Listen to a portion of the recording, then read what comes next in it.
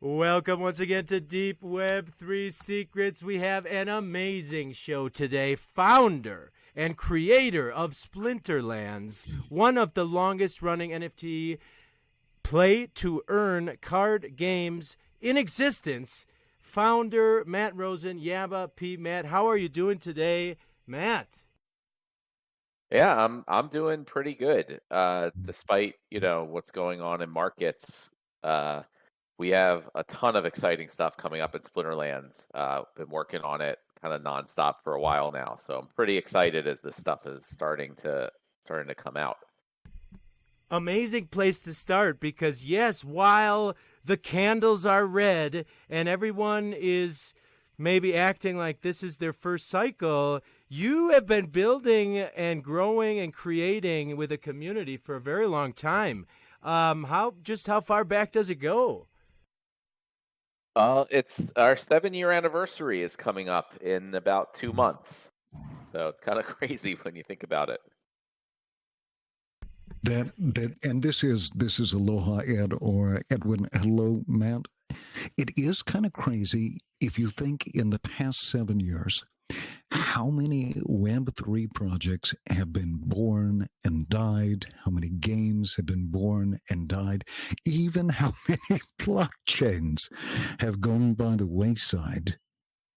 Why do you think, what is the secret sauce? Why has Splinterlands persisted and succeeded in this kind of just a crazy environment? I think the main thing is just really that it's a labor of love, as they say. Like that, Splinterlands was not created as a way to build $1 billion business and sell it. We didn't raise venture capital funding in any serious amount. It was just really myself and Agro, we were just building a game that we wanted to play. We were building what we wanted to do. So yeah, we're just going to keep doing that. Things might go well. We have more resources. Things might go not well. We have less resources, but ultimately, myself and pretty much the rest of the team, like most of the team, are Splinterlands players first and foremost, that just really love it and want to contribute. So, you know, it doesn't really matter the ups and downs. At the end of the day, we just want to do this. So that's why it persists no matter what happens, versus a lot of the other companies are more like, um, venture backed businesses where, a bunch of people put in a bunch of money, they have some type of plan, it doesn't go to plan, and they, cut their losses and run, and they move on to the next thing. That I think ultimately is the major difference. Amazing. Yes. And as a fellow builder, one of the most interesting parts about your story has been, fund management, how you manage runway in a crypto denominated world. Did you have to take lessons in finance over the last 7 years, or how have you developed your personal skills to deal with the massive volatility of Bitcoin, for example? Yeah, well, I mean, anyone who's been following Splinterlands and the company and everything, we haven't done the best job of that, over the time period. So it's been a big learning experience, to say the least. I mean, everything, I've been a game developer, by trade, even before Splinterlands. I didn't know anything about money or finance or any of this stuff, until I got into Bitcoin and then cryptocurrency more generally. So, yeah, I mean, the whole thing, this whole space just generally has been a huge lesson. Um, not even just finance. It's just like how the world works. Really, it kind of opens your eyes. Really, the more down the rabbit hole you get, to how lots of things work in the world. Um, and we're still learning, and that's part of also, the benefit of having been around, for as long as we have. And I feel like 7 years in this space is like, a few decades in other businesses. Um, we've made, I think, most of the mistakes that we could possibly make, and hopefully we've learned from those and can apply that going forward. Well, crypto years, yeah, is probably an exponential function of dog years, and so to have started a Web3 game and to be able to retain an audience and keep rolling out these iterations over 7 years. I mean, that's like 700 years in normal time. It's kind of actually an amazing feat. Are there, and just off the top of your head, can you think of any other, not that we want to, not that we want to, pan your competition, but can you think of any other Web3 games that have made it for 7 years with the degree of engagement and audio retention that Splinterlands has? Who would even come close? Well, I'll just jump Yeah, in there. Axie is the one we always hear. So, I mean, maybe just set yourself up against Axie. yeah. I mean, I'm not very involved in. I mean, I'm not involved in Axie at all. I tried it out and played around with it early on, but they are definitely one of the few that have been around for a long time and are still going, as far as I know. Gods Unchained is another. Um, but yeah, there's a very small list, and unfortunately, especially um, over the last couple years, there have been a number that I've been following that have gone by the wayside. I mean, one was called Valeria Games, which only started a few years ago, but I saw them at some crypto events and conferences like NFT NYC. Um, and they recently announced that they're out of funding and are shutting down. But yeah, off the top of my head, Axie and Gods Unchained are the only other two I can think of that have been around a similar amount of time and are still going. Well, as someone who is only a very casual player of Splinterlands, primarily just to my time constraints, one thing I will say that Splinterlands has always had going for it is that it is a game on Web3. And I think a lot of the things that were presented as games on Web3 were financial instruments that maybe had some gamified elements or some set dressing. But were they really games? I'm not certain. I kind of believe that people would play Splinterlands even if it was like a card game or something like that. I mean, a physical card game. You get what I'm saying? It's first and foremost, Splinterlands is absolutely a game. Yeah, I mean, it's definitely the case that a lot of things, a lot of Web3 games are really, game is a very, very loose term for a lot of those things. And the goal with Splinterlands, again, like the whole concept behind it was a game that I had designed before I knew anything about crypto and Web3, that I thought was an interesting concept that I'd like to build. So the Web3 blockchain was just an opportunity to do it. But the game itself, at least I thought was an interesting concept that I would be interested in playing regardless. And yeah, ultimately the game is the product. And once you get past all the Ponzi-nomics and everything that sustained most projects through the bull market, ultimately it comes down to what is the actual product. And our product is to make a fun game that people like to play. And then the Web3 and the earnings and the tokens and all that is really just, it's an addition. It hopefully makes the product better, but it is not itself the product, if that makes sense. Well, I have enjoyed so much. I played about 8 months of the Untamed release. I enjoyed the Auto Battler. Like others in the chat have said, I'm an old man and I have other things to do, but I got back into it with Land. But I kind of want to jump right over Land because I'm a spreadsheet guy. I'm a D-City player. I love Land. But just recently, maybe in response to these ideas about gamification, you guys had a winner. And for a while, maybe there was a feeling like, okay, it's a one-off. But recently you've added more game modes.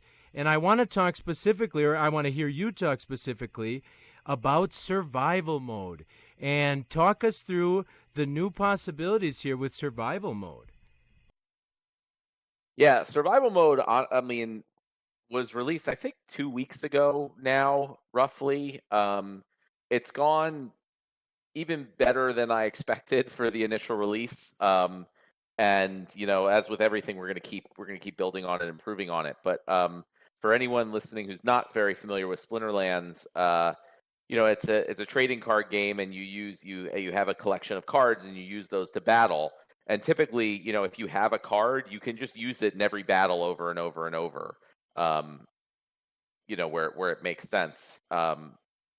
So there was never really any reason for players to have multiples of the same card. I mean, other than you can level up cards by kind of combining multiples together. But once you kind of get a max level version of a card, you don't need any more because you can use that one card in every battle. So survival mode is basically just the same exact game, except that if you play a card in a battle and it gets killed in that battle, you can't use it again for a period of time until it revives, basically. So it kind of it's a relatively simple change, but it turns the entire strategy on its head, because now you don't always just play the best cards that you have all the time. You have to really think about, does it make sense? Do I want to risk this card, essentially? And it gives players, we've seen a lot of increased market volume since that went out, because players, when there's a good card, they don't just need one of them, they might want to get a bunch of them. So if it dies in battle, they have a bullpen, so to speak, to go to. And like I said, it's only been a couple weeks. It hasn't even been the first full season yet. And so I think we've really barely scratched the surface of how this whole mode will play out, and what the meta will be, and the strategies and everything. And I'm really excited to see how it's going to evolve. Yeah, fantastic. I'm especially excited for increased gamification. Now, that change seems so simple, and maybe that is the spirit of game building. I think I understand that you're kind of a game builder at heart. I mean, where did that come from? Is that from your childhood? Yeah, pretty much. I mean, I first started learning computer programming when I was about 10 years old, specifically because I wanted to make my own video games. So I think everyone who knew me pretty much knew what I was going to be doing when I grew up.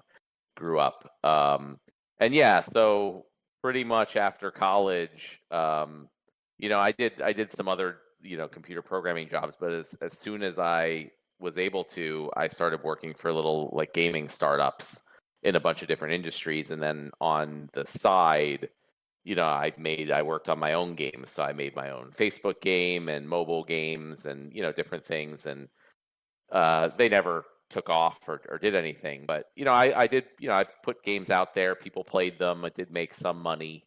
Um, but this was, the Web3 blockchain avenue was kind of the first time I was able to build something and set it apart from everything else, take advantage of a new trend early, and kind of break out, so to speak. Just as a segue, I just want to say I'm old enough. I'm old enough that my mother requested me to send her energy on Mafia Wars. Now, is there a way we could incorporate that into Splinterlands? So I could send out a call to my mother to send me some DEC, or some dark energy crystals, or some SPS. I'm probably making myself sound like a horrible boomer. I got to ask you, though. You talked about programming computer games. I'm also old enough to have typed in games from a magazine on my Commodore 64. What other games did you play? Did you play any traditional or tabletop games in addition to the computer games?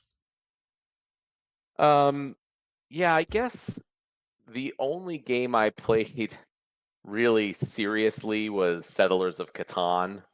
Um, just like my group of friends for a bunch of years, we were all like super into it. But then there was also an online version of it that we played. So that ended up being a computer game too.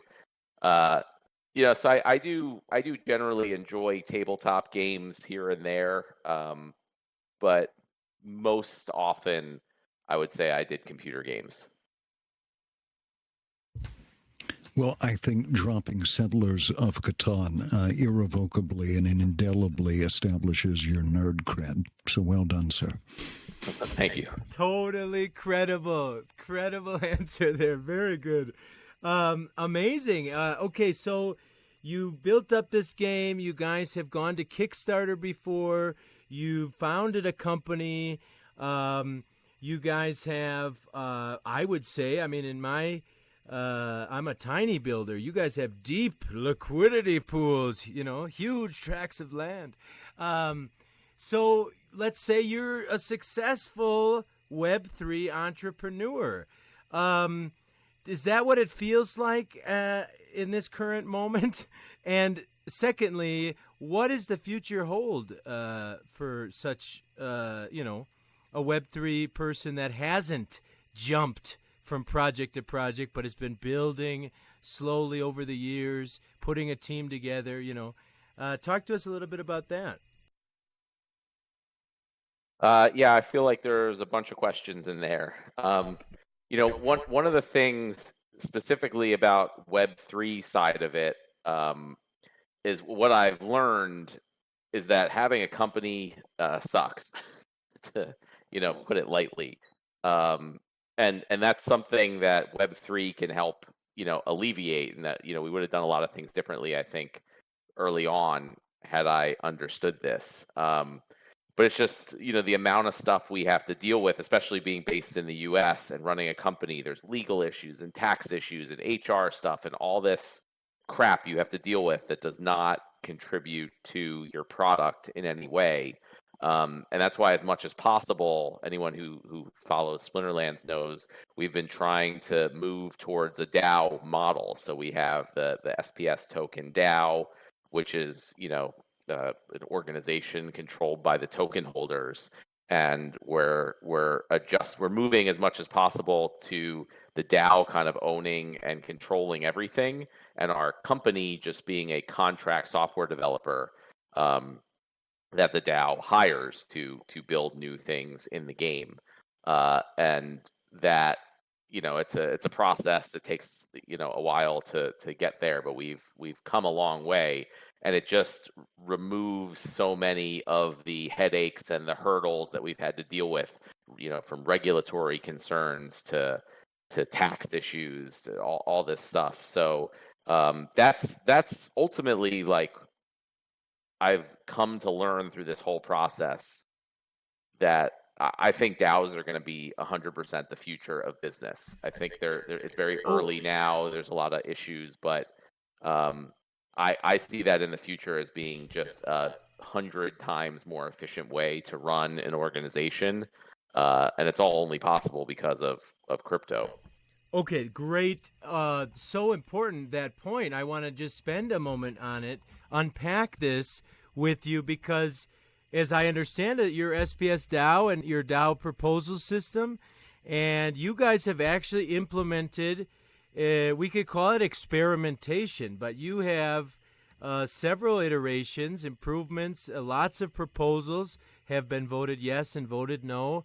And what have we learned? Okay, so maybe just unpack for us what you've learned in that process, where you created the DAO, or where the DAO is, jurisdictionally, and what you've learned about legal things and why you think this is a better way.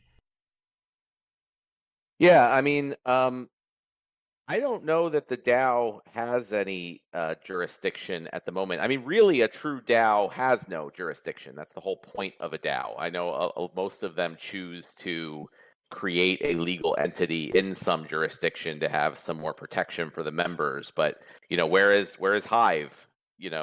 What jurisdiction is Hive in? Right? It's not in anything. It's a true DAO.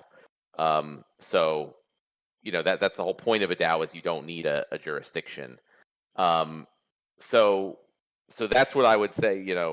Ultimately, it's up to the token holders to decide that, and I think the DAO treasurers, have been looking into some options. But that's the benefit of a DAO is you don't have to have a legal jurisdiction. And just at a high level, like the reason I think DAOs are better is because if you have, this is the way I think of it. Like historically, in order to have any type of organization, you need to use money, and so you need to have a bank account in order to use money.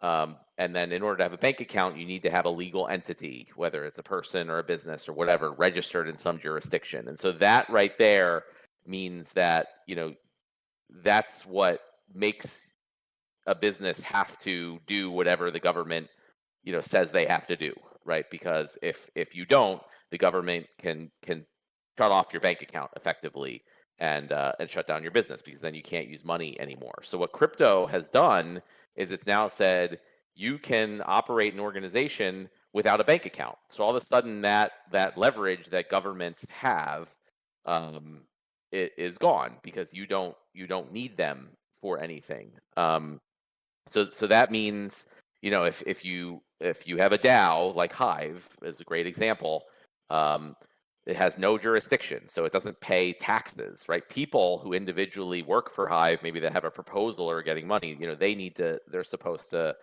file their taxes wherever they live, but it's up to them to do it. But the Hive blockchain itself, as an organization, can spend money, it can make money, it can hire people, it can do all these things. It doesn't need to pay any taxes because it doesn't exist in any physical location.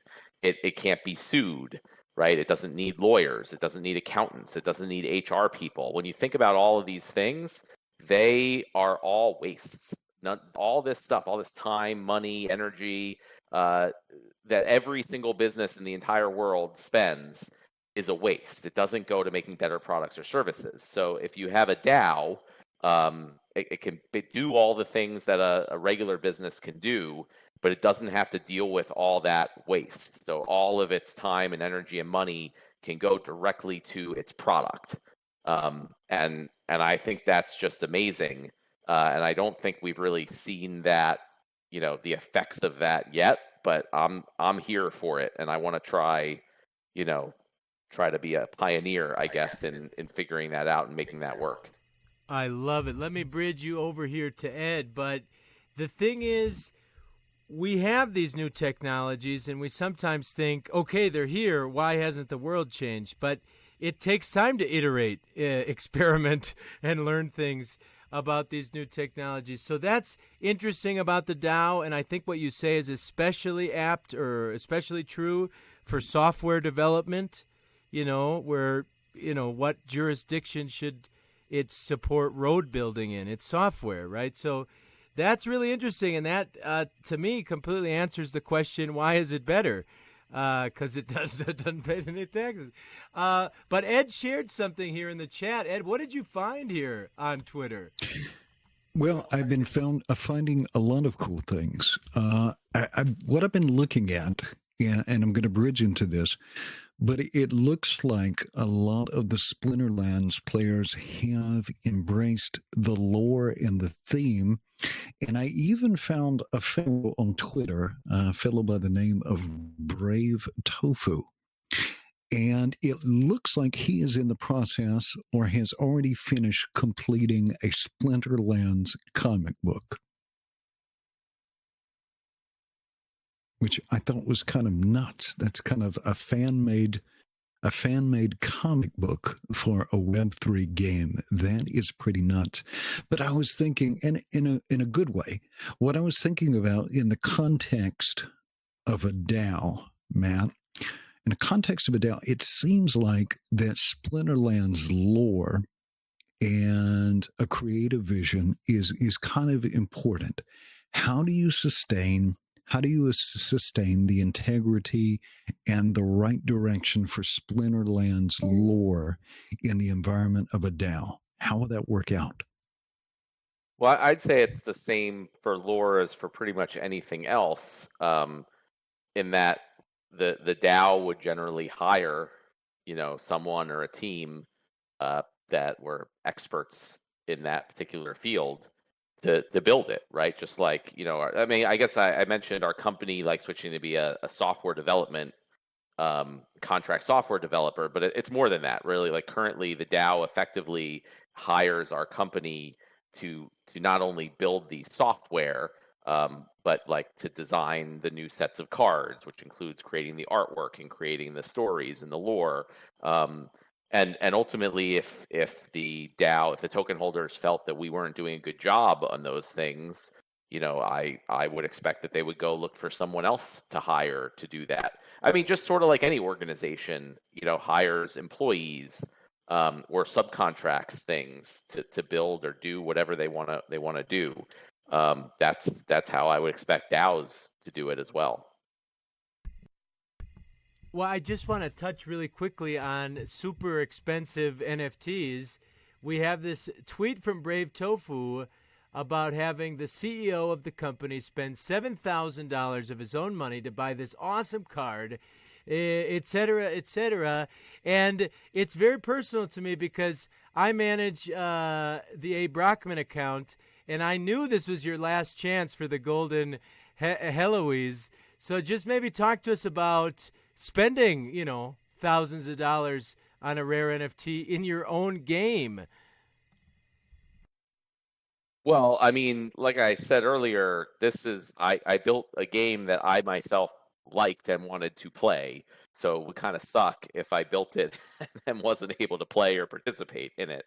And it was kind of like, early on when we were first, designing this, I was thinking like, yeah, if something like this existed, I would love it. And I would put an irresponsible amount of money into this. And if that's the case for me, there's probably a lot of other nerds out there like me who would do the same thing. So that's why we built this. So it would suck if I spent all this time to build something that I really loved and wanted to do, and then I couldn't participate in it. So I try to participate in everything, and I put what many might call irresponsible amounts of money into it. And that card especially was a 1 of 5.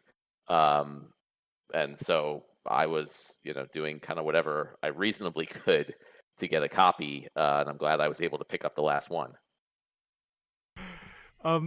Amazing. I will forever remember beating you at the last second on the fourth one. It's I didn't know that was you behind it, so it's a good thing I got the 5th one, or maybe I wouldn't have done this podcast.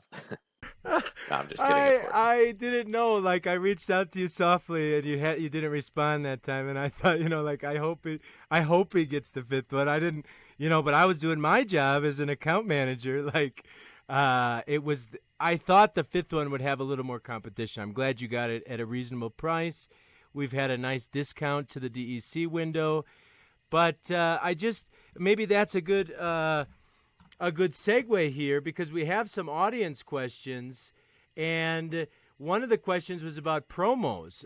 Booker Man reached out to me and he said he wanted to cut some wrestling promos with you guys, but just generally, with your social media, weekly stuff, you guys are some of the best promoters that exist in Web3, I think. Talk to me a little bit about how you have learned to communicate in social media when what you're saying goes, is different, Web3.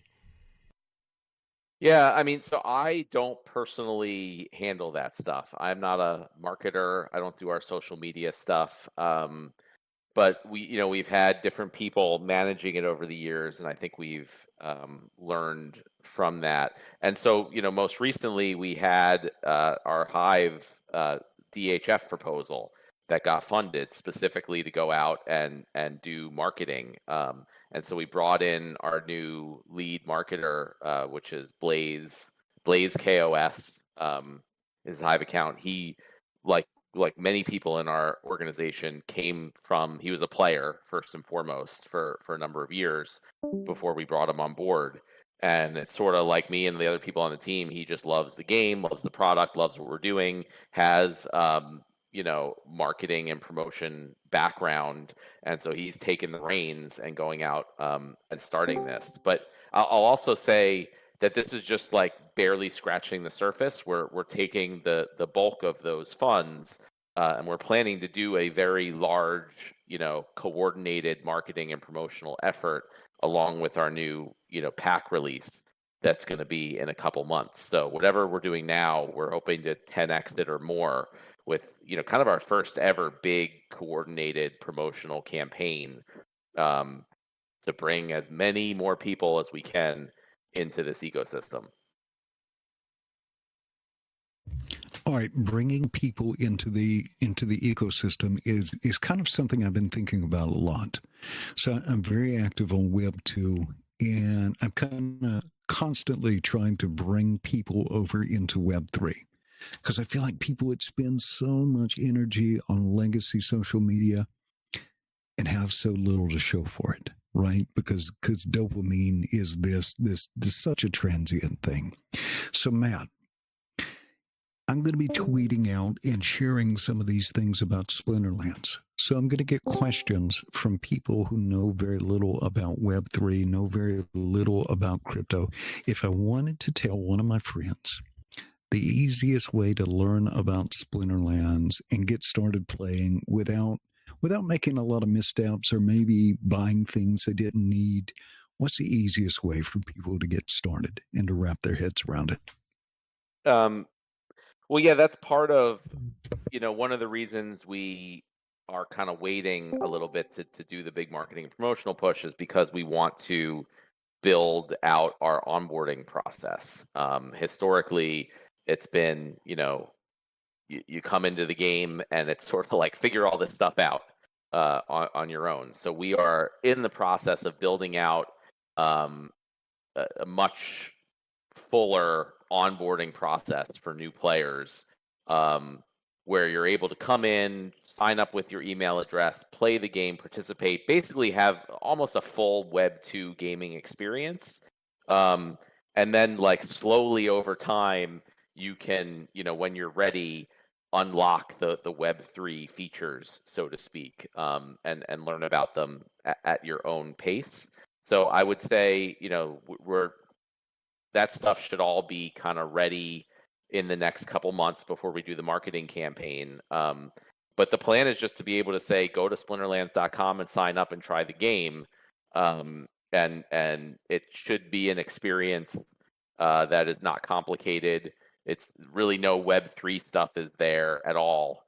You just get introduced to the game, you learn how to play, you can purchase things if you want or whatever, and then just like slowly over time you're introduced to the Web3 benefits of the game as you go, and hopefully that will help convert people into the whole Web3 ecosystem.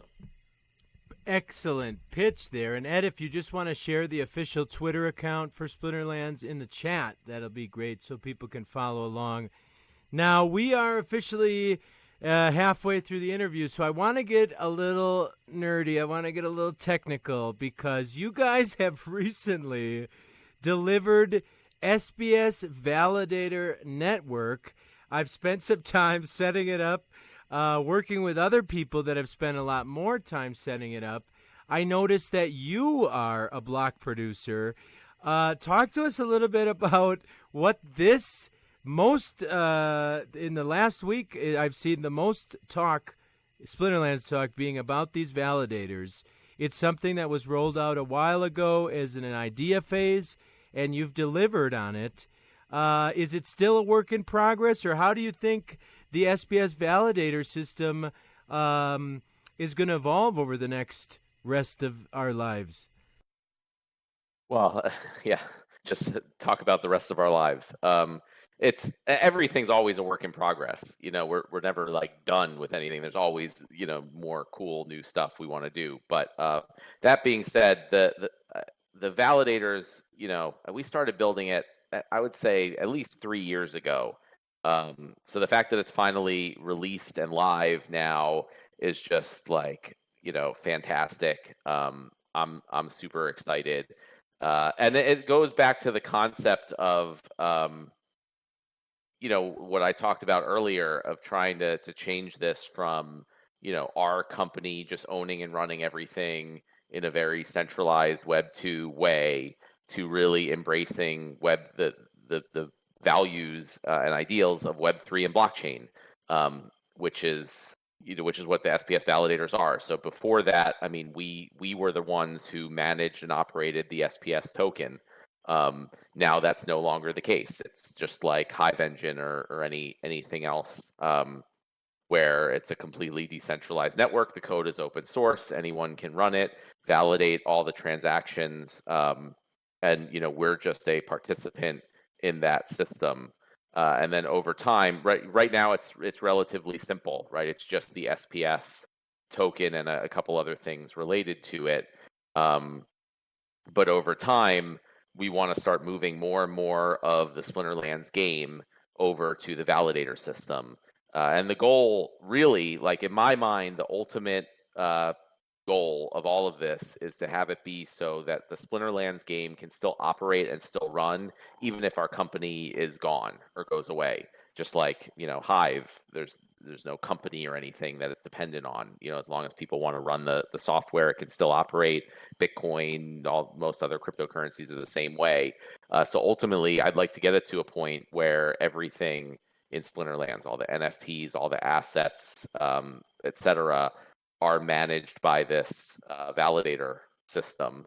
And then, again, our company just runs one of potentially many front ends to the game and provides, software development and other services.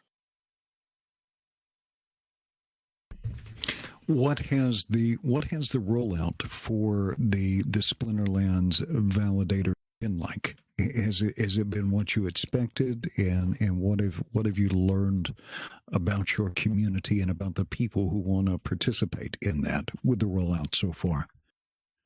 Well, technically, I am unbelievably surprised at how smooth it's been. Yeah, I mean, it's just from going back a few years ago where, I was kind of the lead developer on everything and we, had a super small team. Every release I felt like there was problems and things crashed and we had to fix stuff and people were losing things or running into issues. But more recently over the past like year or a little more, I don't do any development work anymore. We have really good people doing this, and our releases have just been absolutely smooth. And this is probably the biggest release we've done almost ever, I think, in that, like, just the validator software itself is one thing. That was one part of it. But then we also had to update the entire Splinterlands website and front end to switch from using our internal database for all SPS token information to instead using this external validator software that we're running along with everybody else. So all of that kind of switched over at the same time, and there haven't been any real bugs at all that I've heard about so far. It's been surprisingly smooth, and even though our team's been kind of firing on all cylinders and doing this for a long time, it still surprises me when we have big release after big release and things are just super smooth. It was not super difficult for people to set up and run. We're still going to try to make it even easier if we can, but just the whole thing. I don't know. I still kind of can't believe it. And I'm just waiting for some like major problem to come up. Well, it is great, and that's maybe even expected behavior as you get better at what you're doing. I want to use this as an opportunity to ask about Aggroed. So maybe if some people felt like there was a kind of a public divorce and Aggroed went to do other stuff, Aggroed stuff, and you became the CEO of the company. But in the last, with the SPS validators, Aggroed is a top block validator. He's been very active. What can you say about Aggroed's role in Splinterlands currently? Yeah, I mean, there wasn't a divorce at all.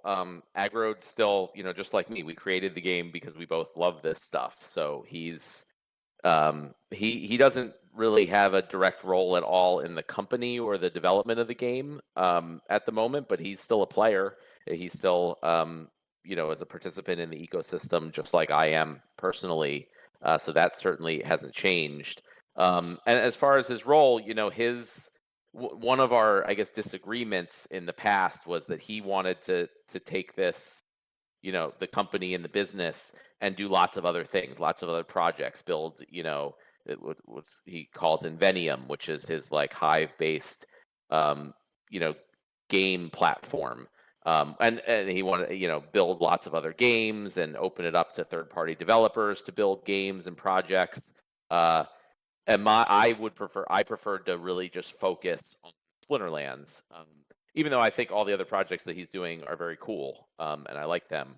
So, he took it on that path of building all these other things. We got to a point where we couldn't, sustain all of these things that he had going on. So we kind of got together, the board of the company, and decided it makes sense to split it out into two companies and two entities. So that there was one entity that just focused on Splinterlands and another entity that focuses on the other projects in the Invenium game platform. And it kind of, made sense that Agro would be running the Invenium entity because he, built and led that whole thing. And then it kind of fell to me to take over Splinterlands. And it's interesting because as much as I love to be the kind of lead designer for the game and the product guy, I very much did not want to take over the business of it. But we really just had no other option at the time. We certainly didn't have the resources to like hire a CEO or something like that. So, I sort of had to bite the bullet and take on all these responsibilities, which is part of what led me to learn that, as I said earlier, having a company sucks, and learn how awesome DAOs are, because for the first time I started to experience all the stuff that you are forced to do, just by having a legal entity registered, especially in the US. Which circles back around to your earlier assertion that having a company sucks. Can we make it a little bit? Let's make it a little bit smaller for a moment. So Splinterlands is a battle card game. I get a team. I build a deck that's a team, and it's only a few cards in a team, and I need a summoner, and so it's a battle card game where I face off against other players.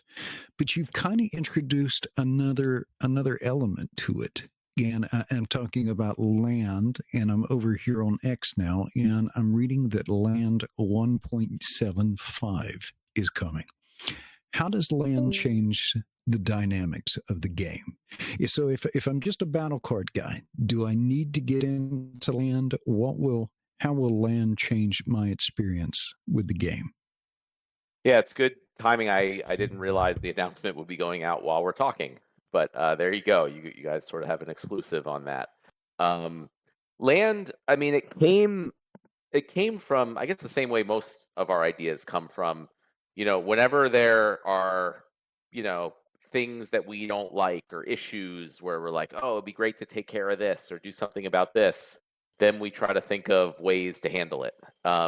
So one problem that pretty much any trading card game that I'm aware of, whether it's physical, digital, Web3, Web2, whatever, has, is that you need to kind of release new card sets, release new content on a regular basis, and then players have all these old cards, and they're sort of worthless or useless. So I have boxes and boxes of old Magic the Gathering cards in my basement, and if they're not like the original alpha or beta set, which become collector's items, they're just they just collect dust. So that was where the whole concept of land came from. We were like, well, what can we do with these old cards that we're having in Splinterlands as we keep releasing new ones? Like, what are some cool, unique new ways we can utilize that? And so we had, initially early on in the game, there's the summoners and the unit cards. We had this idea for also item and spell cards in the game, and that never got created. We never had time to build it. So, and initially the plan was just we just sell them in packs, like we sell the rest of the cards. But then, so when we were thinking about this problem, we were like, well, wouldn't it be really cool if the players could use their old cards that they're not battling with anymore, to create these new cards. So the old cards have this value because they're creating these new type of cards that are needed in the game. And then instead of us or even the DAO selling these new cards, players would create them and sell them themselves. And so that's how Land was born. It was the answer to that. So it's this new system where you can take your old cards, or you can put them on Land. They're workers and they produce resources with the ultimate goal of creating these new item and spell cards that we plan to add to the game in the future. And we just thought, Agrod and I and other people we talked to just thought that was, such a neat idea. And we're like, all right, let's go do it. So to answer your question specifically, like, no, as a player, you don't have to participate in Land at all. You can still play the game. You still just buy your cards and play as normal, and you don't have to be involved in it. But it is something that we think a lot of our players will be interested in, and it's a different type of game. Instead of a PvP battling game, we're looking to build more of an empire building resource management game. So some people like that type of thing better, and they might participate in that and not participate in battles. Some people want the PvP trading card game, and they can just participate in that side of it, or you can do both. March 18th. March 18th. And that is 1 week from yesterday. Oh, so it's fantastic.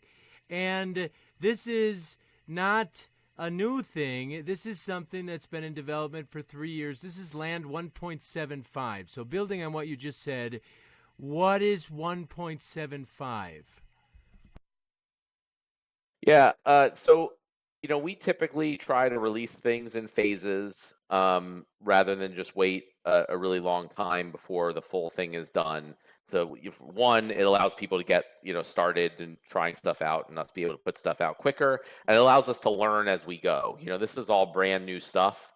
So if we take forever building out a whole ecosystem, and then we find out there's problems with different pieces of it, we just wasted a bunch of time. So we released, the first version of Land and the second version, and we're just slowly adding more features as we go. So like right now, the current version that's live, it's very minimal. There's only, one kind of resource, which is grain, and then you use that to mine SPS tokens or do research toward the Secret of Praetoria, which, for anyone that doesn't know, is the actual name of Land. The expansion is called the Secret of Praetoria. And so 1.75 release is adding in 3 new natural resources. So instead of just grain, there's going to be grain, wood, stone, and iron. And so that should just make things a lot more interesting. So previously, every single plot could produce grain, but going forward, after next week's release, only certain terrain types will be able to produce grain, and certain other ones will produce wood, like forests. Other ones will produce stone, and other ones will produce iron.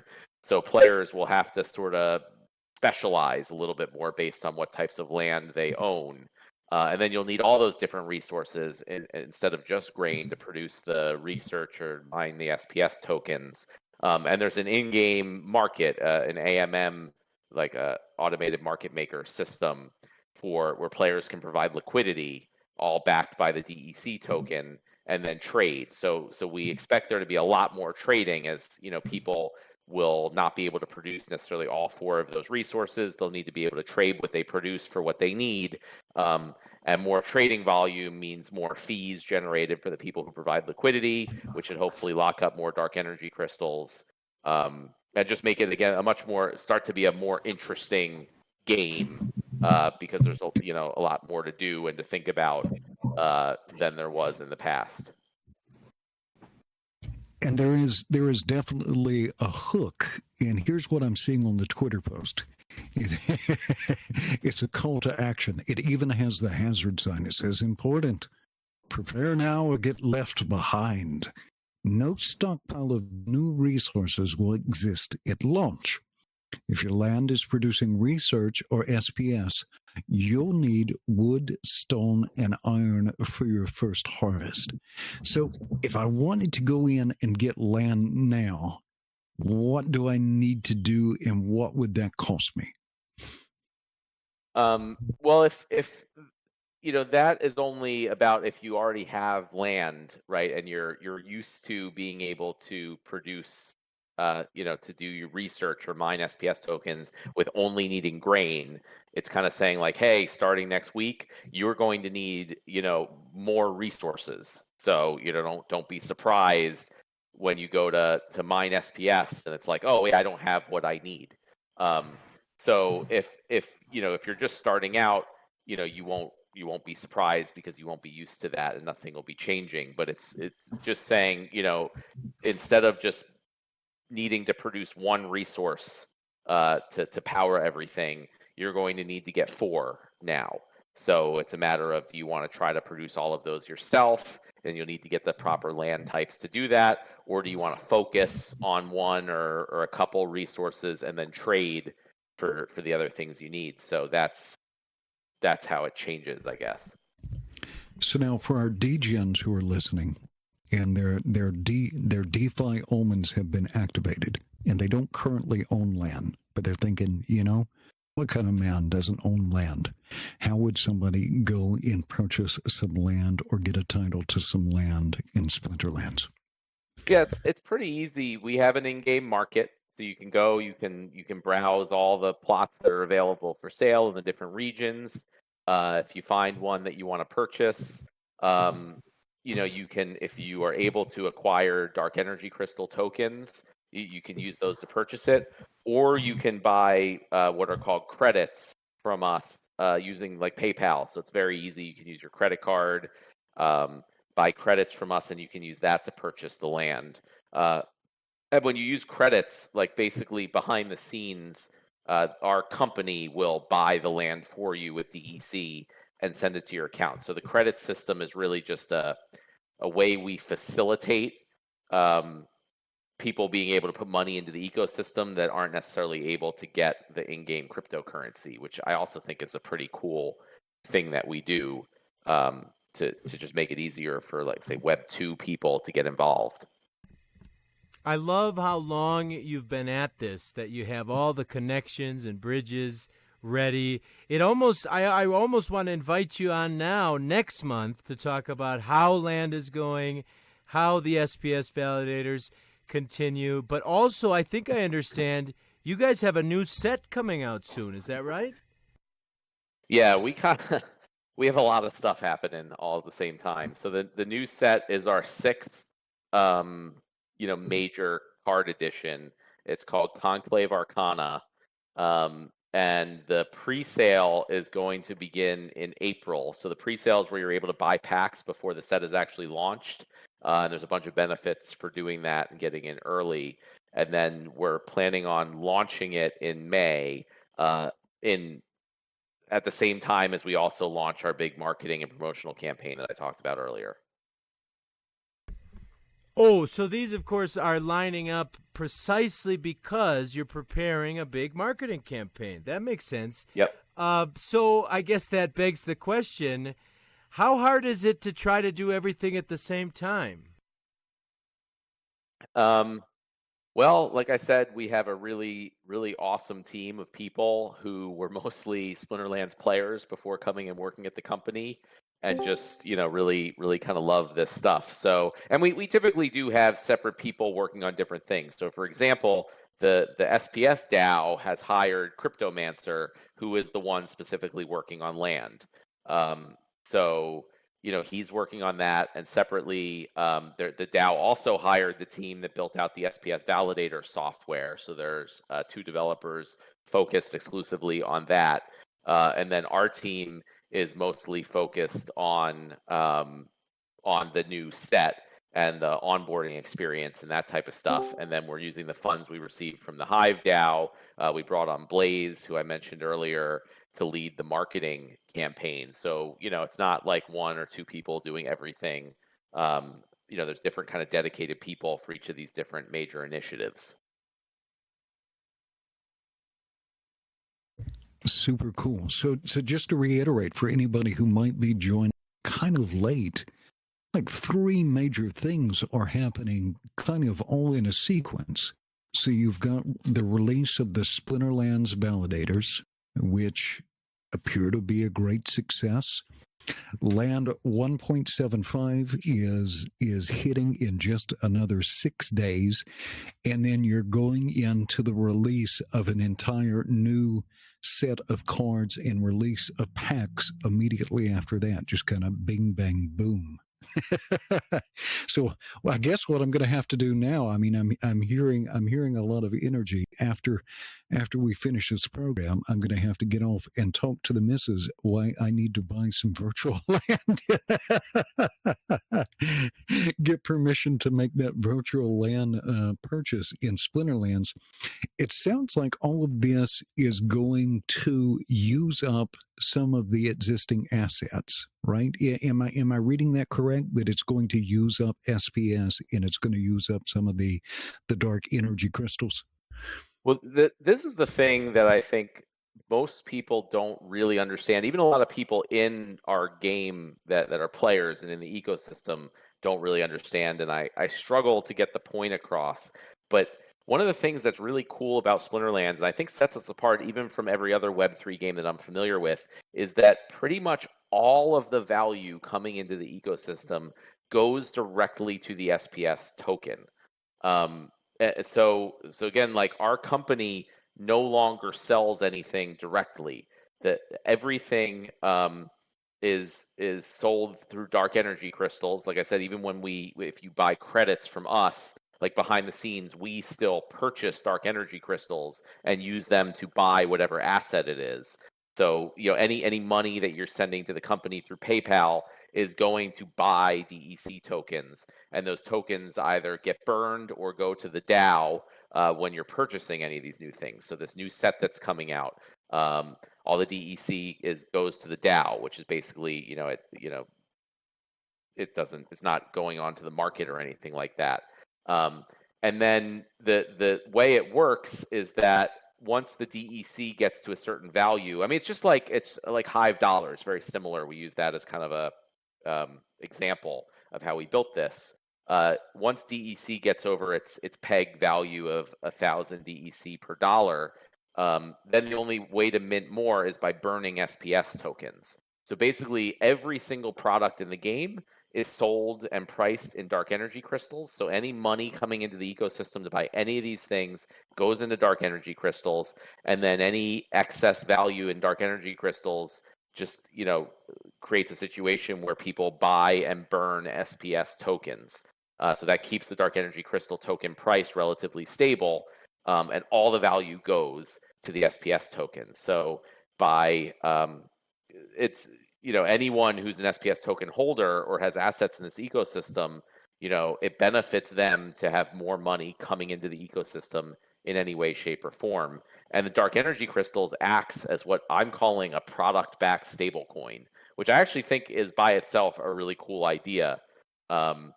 Just a coin whose value is backed by products and the demand for those products. So as long as there's demand for Splinterlands products, the dark energy crystal token has value. And the more demand, the more value. And then any excess goes to the SPS token. Thank you for breaking that down. It's one of the unique things about your ecosystem, and I don't want to, go total degen on the flywheel speculation, but what I do want to mention is land does require some staking of DEC, and this was maybe touted originally as a big sink, and it has been reasonably sized sink, but I'm particularly bullish on the increasing number of resource liquidity pools. I believe the case will be that every liquidity pool, now not just grain, but stone, iron, and wood, will be paired against DEC. Do you think that the liquidity pools have the potential to soak up more DEC than land itself, the staking?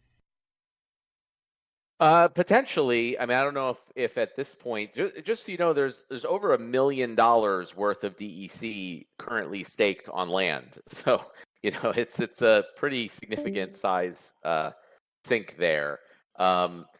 But yeah, the liquidity pool should hopefully be very big as well, and maybe potentially surpass that at some point.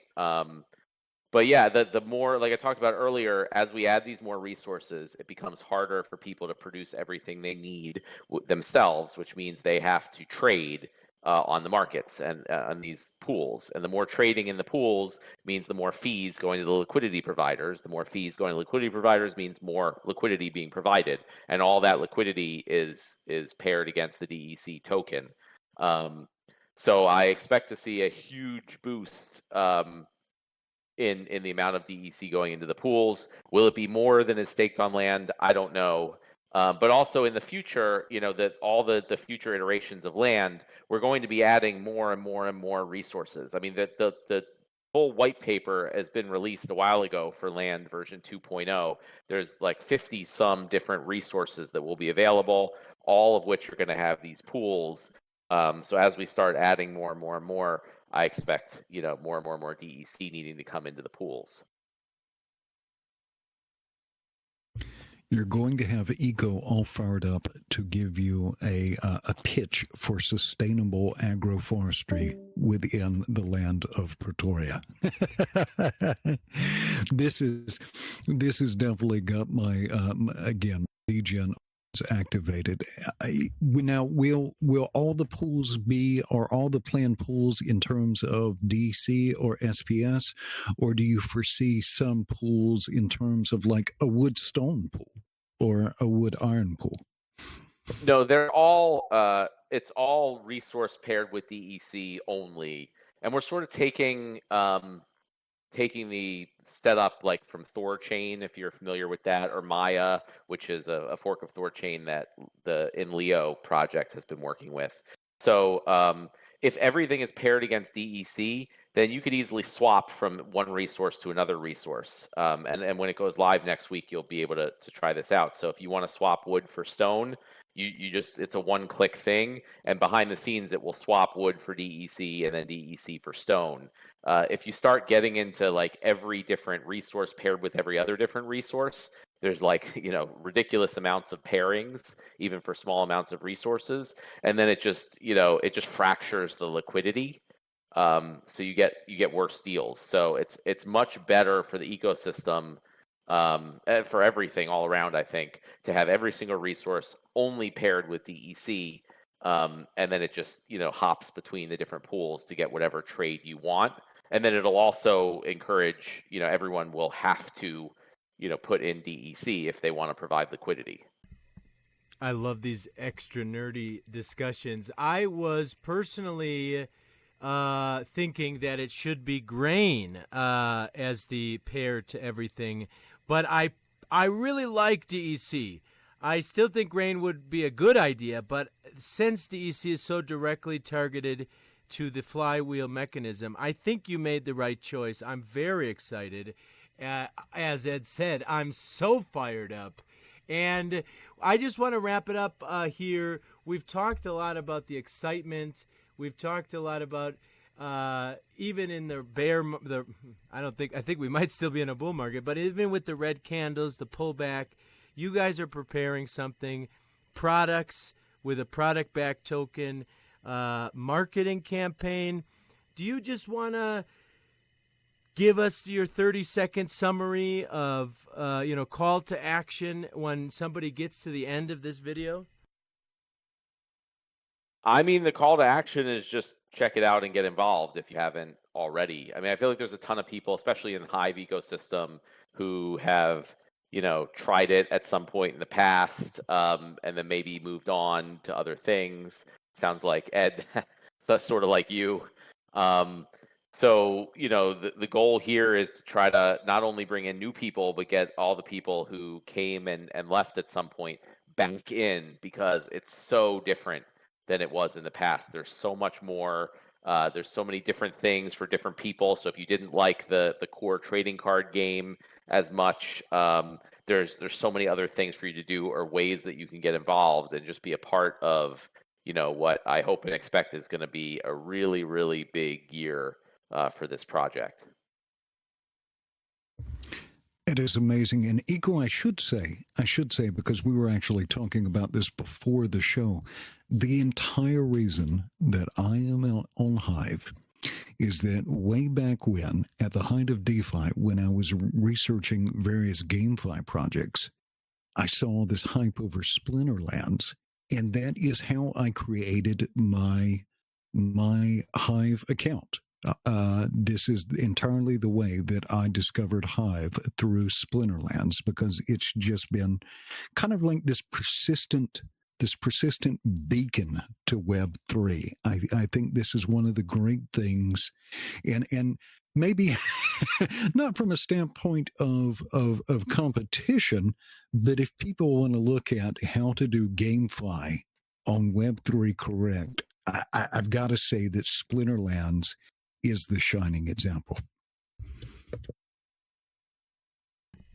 Yeah, I appreciate that. I really do. And like from a Hive perspective, I know you said not necessarily talk about that so much, but I'm obviously a big Hive stakeholder, very involved for a long time in the ecosystem.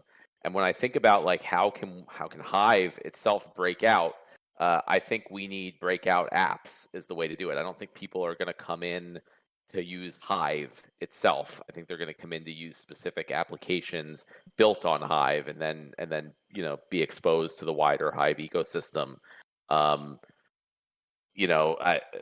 I hope Splinterlands is going to be one of the first, hopefully not the only, big successes in that arena, and I hope that the Hive ecosystem, through the DHF or other mechanisms, goes out and attracts other similar projects here that can bring in tons of people and expose them to everything Hive has to offer.